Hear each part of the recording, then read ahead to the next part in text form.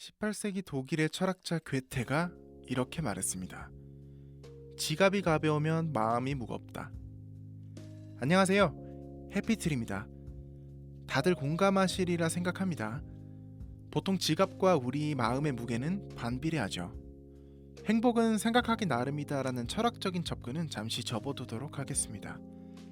오늘은 빨리 가난해지는 방법에 대해 제 생각을 이야기하고자 합니다. 조금 파격적으로 설명을 드리려고 이런 문장을 선택했는데요.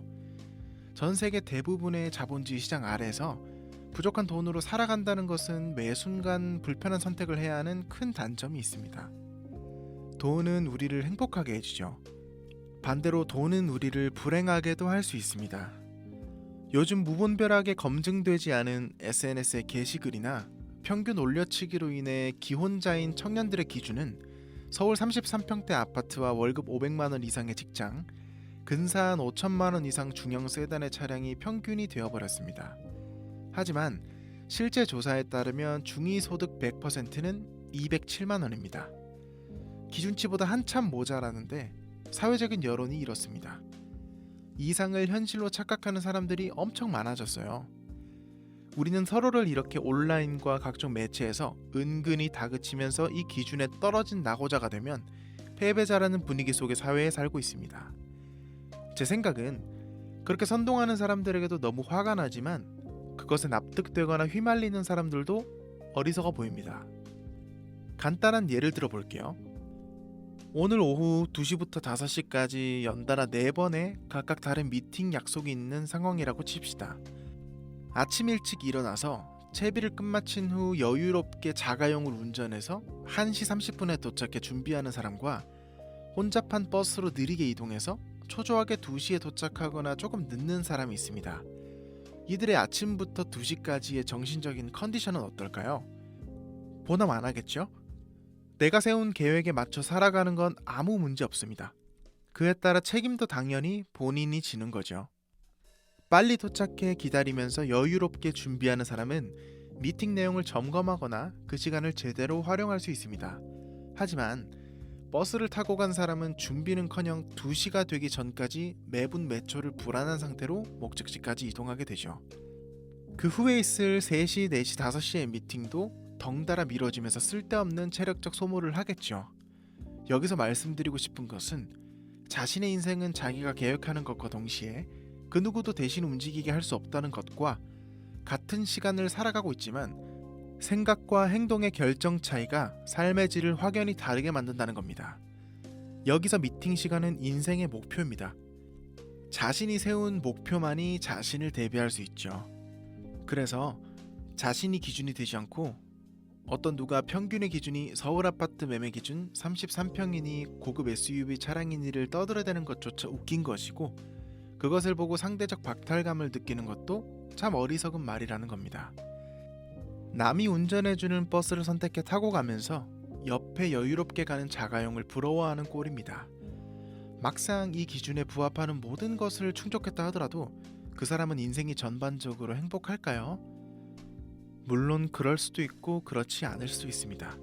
하지만 분명한 것은 사회적으로 남이 정해준 이 기준에 충족했다고 해서 행복한 것은 결코 아닐 겁니다. 자신만의 어떤 기준이 있기에 행복한 거죠. 버스가 휘청이면 쉽게 넘어집니다. 자신이 운전하지 않기 때문이에요. 자가용을 몰고 자신이 가야 하는 목적지로 자신만의 속도를 지키며 가자는 겁니다. 이처럼 남의 생각, 남의 기준을 항상 의식하고 살아가다 보면 나도 모르게 지치게 돼요. 사람은 자신보다 못한 사람은 비교 대상에 놓지 않고 자기보다 조금이라도 더 나은 사람을 의식하고 질투하는 본능이 있기 때문이죠. 하지만 거꾸로 생각해본다면 자신보다 더 나은 사람을 못 찾는 순간은 결코 없어요. 언제 어디서든 나보다 나은 사람은 꼭 존재합니다. 그래서 인생 자체에서 이 큰 비교라는 걸 빼버리자는 거예요. 의미가 없습니다. 내가 아닌 누군가를 의식해서 명품을 사들인다거나 승차감 대신 하차감을 중요시해서 고급 외제차를 산다거나 하는 것들의 포커스가 타인에게 맞춰져 있으면 우리는 생각했던 것보다 훨씬 더 빠르게 가난해질 수 있습니다. 나를 위해 지갑을 여는 습관을 들여야 된다고 생각합니다.